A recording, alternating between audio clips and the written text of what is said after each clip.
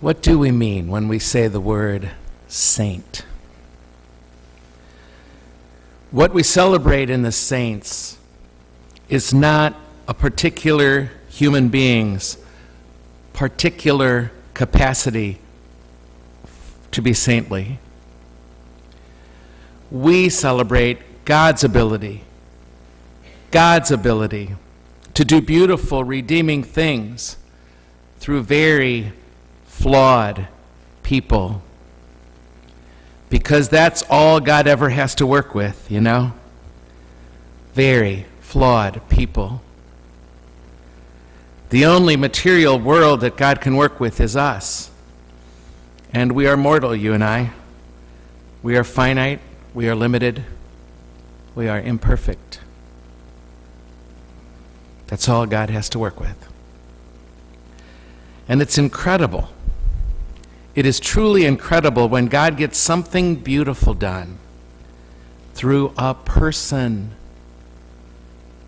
Wow. That's a miracle every time. Because we're very selfish, you and I.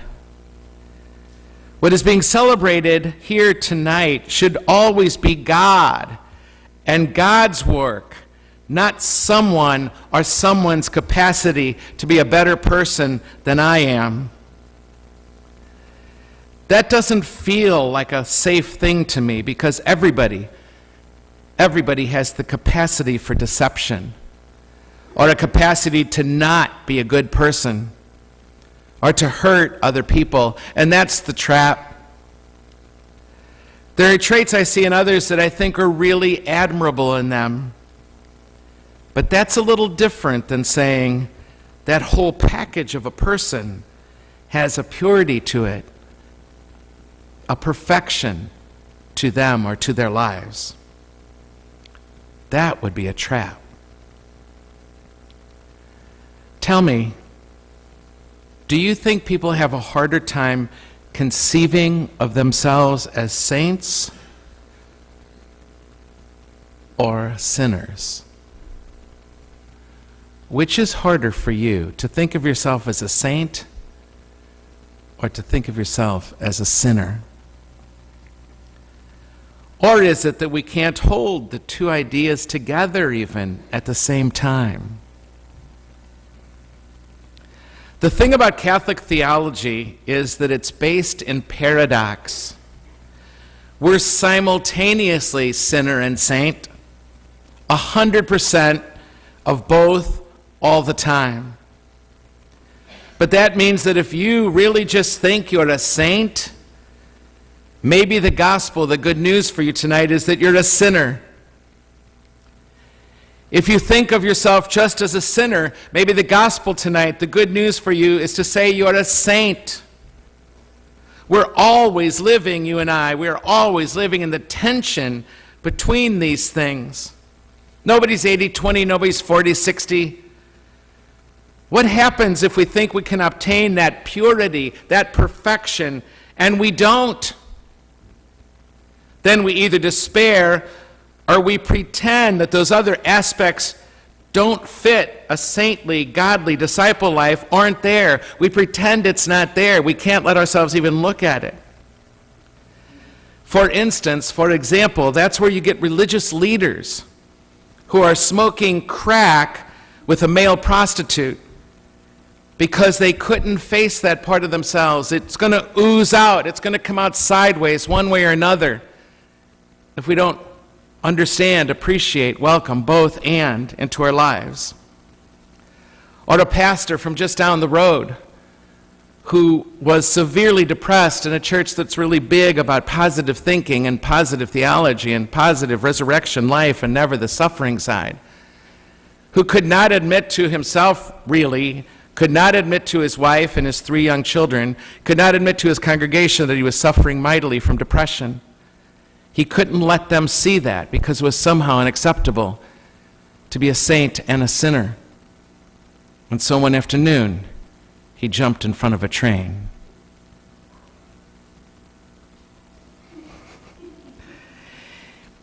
If we're setting up a system, you and I, if you and I are setting up a system where anybody here, including your priest, has to pretend that they are adhering to this sort of purity code, this sort of perfection.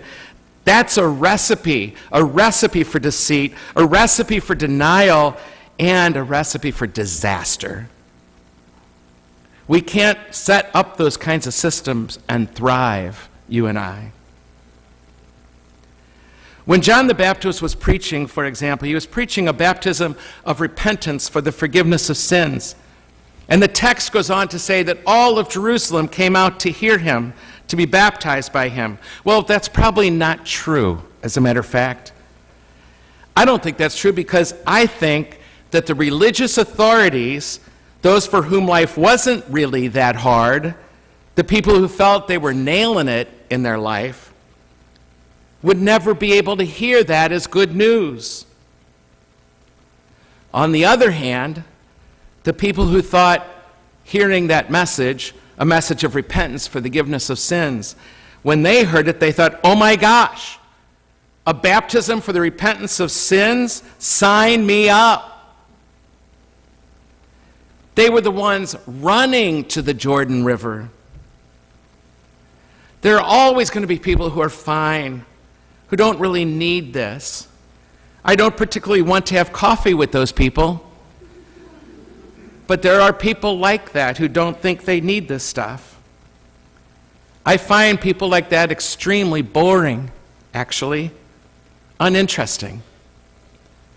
But maybe they're out there, totally functional, don't need anything, they don't need mercy, they don't need grace.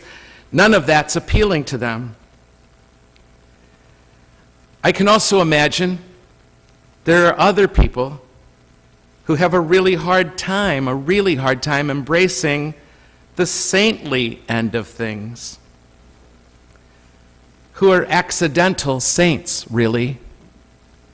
People who are most comfortable describing themselves as mainly broken.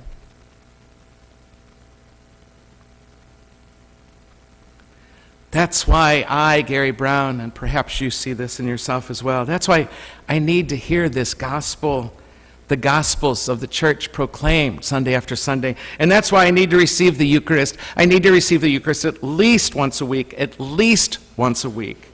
because we have so many competing messages entering our ears and our eyes on a regular basis that we have to be reminded. We have to be reminded that the stuff in our lives is really happening. The stuff is really happening. And it's not the ultimate truth about us. And it's connected to the ultimate truth about us. So in the end, it's about size and scale, theologically at least, in terms of reminding us that God is God, and we are not. To remember that there's reason for us to fall to our knees, to ask for help, and in falling to our knees, acknowledge in our very bodies that there is a God, and it ain't me. And that, my friends, is good news. That is very good news. There's a God, it ain't me. And the saints understood that.